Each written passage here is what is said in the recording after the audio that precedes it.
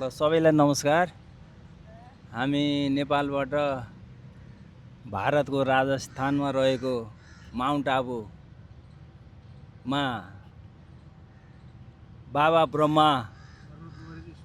ब्रह्मकुमारी ईश्वरीय विश्वविद्यालयको अवलोकन भ्रमण र त्यहाँको नीति विधि अनुसार योग गर्न हामी नेपालबाट 142 जना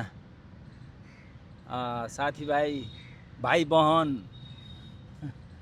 आएका थियौँ। त्यही समयमा हामी हाकिमचोक केन्द्रबाट यहाँ जम्मा भएका छौँ।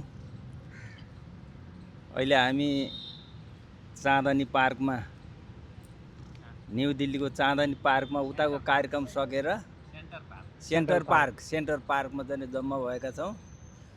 त्यसै क्रममा हाम्रो एउटा अनुभूति के कस्तो रह्यो त भन्ने बारेमा हाम्रा टोलीका चाहिँ एकदम आदरणीय व्यक्तित्व बुद्धिजीवी अमल किरण ढकाल सरलाई आफ्नो अनुभूतिको सारांश बताइदिनु हुन हामी सम्पूर्ण टोलीको तर्फबाट हार्दिक अनुरोध गर्दछौँ।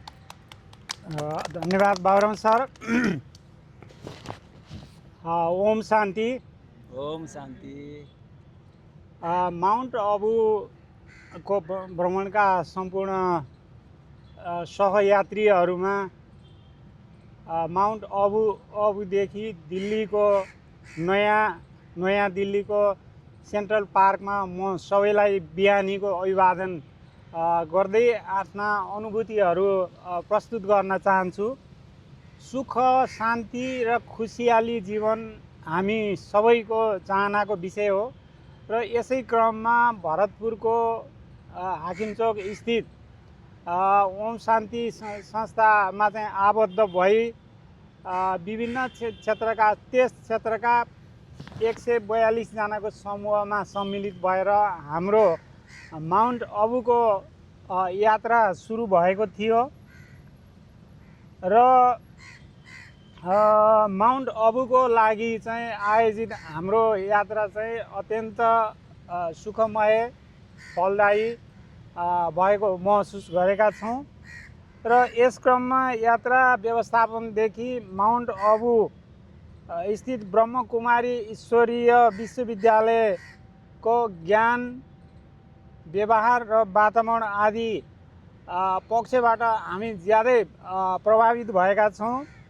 माउन्ट आबुको कार्यकक्षमा भएका प्रवचनहरू अधिकांशतः सटिक र मन मस्तिष्कलाई प्रभावित पार्ने खालका इम्प्रेसिभ एन्ड कन्भिन्सिङ खालका चाहिँ प्रवचनहरू विशिष्ट व्यक्तित्वहरूबाट प्राप्त भएको थियो र यसका साथै त्यहाँ भएको राजयोग सम्बन्धी जुन ध्यान छ त्यसले चाहिँ हाम्रो मन मस्तिष्क र संस्कारलाई चाहिँ केन्द्रीकृत गर्नको लागि चाहिँ धेरै सहजीकरण भएको हामीले महसुस गरेका छौँ र जसबाट हाम्रा तनावहरू मुक्त गराउनलाई चाहिँ उपयोगी हुनेछ र माउन्ट आबु परिसरका सबै व्यवहारहरू सभ्य, सादा, शिष्ट र मर्यादित र समर्पित भावनाले भएका जुन व्यवहार छन् त्यसबाट हाम्रो जीवनमा सकारात्मक परिवर्तन ल्याउनको लागि चाहिँ एउटा कोसेढुङ्गा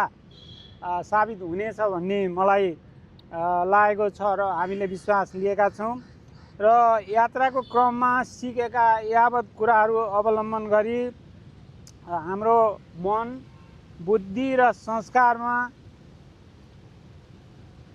परिवर्तन आउने र त्यसबाट हाम्रा पारिवारिक र सामाजिक सम्बन्धहरू सुमधुर हुँदै जाने पनि हामीलाई विश्वास लागेको छ र जीवन र जगतका बारेमा अझै पनि थुप्रै रहस्यात्मक सवालहरू रहँदै पनि आत्मा परमात्माबारे सो पहिचान गराई सुन्दर, शान्त र तनावयुक्त दिव्य समाजको अनुभूति गराउने ध्येयले ब्रह्मकुमारी ईश्वरीय विश्वविद्यालयका प्रणेता प्रजापिता ब्रह्म बाबाको ज्ञान हामी सबैको लागि वरदान साबित हुने अपेक्षा गरिएको छ।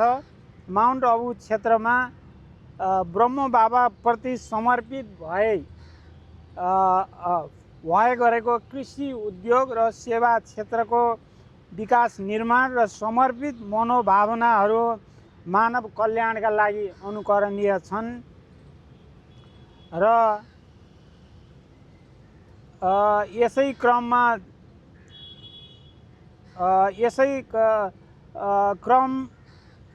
क्रममा माउन्ट अबु परिसरभित्रै सौर शक्तिका साथै जैविक तथा अजैविक फोहोरहरू प्रशोधन गरेर त्यहाँको ऊर्जाको आवश्यकता परिपूर्तिको साथै जनस्वास्थ्य र खाद्य उत्पादन र वातावरण कायम गर्न ठुलो योगदान पुगेको हामीले स्थलगत भ्रमणबाट अनुभव गरेका छौँ। अन्तमा हाम्रो यात्रा सुखमय, फलदायी र सौहार्दपूर्ण बनाउन गहन भूमिका निर्वाह गर्नुहुने सो विश्वविद्यालय परिसरका सम्पूर्ण परिवारका व्यक्तित्वहरू, सहयोगी मित्रहरू र आयोजक परिवार सबैमा हाम्रो भ्रमण दलको तर्फबाट हार्दिक आभार व्यक्त गर्न चाहन्छु। हस्, धन्यवाद। ओम शान्ति। धन्यवाद सर, धन्यवाद आफ्नो अनुभूति व्यक्त गरिदिएकोमा।